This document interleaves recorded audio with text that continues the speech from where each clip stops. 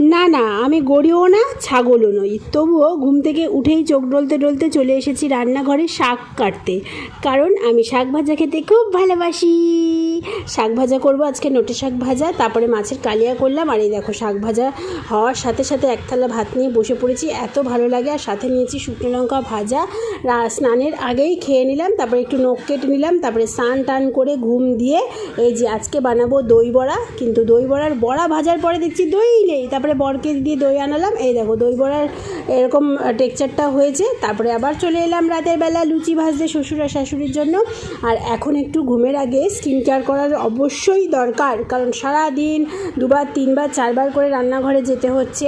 তো সেই কারণে একটু টক দইয়ের সাথে একটুখানি নারকেল তেল আর হলুদ মিশিয়ে মেখে নিলাম।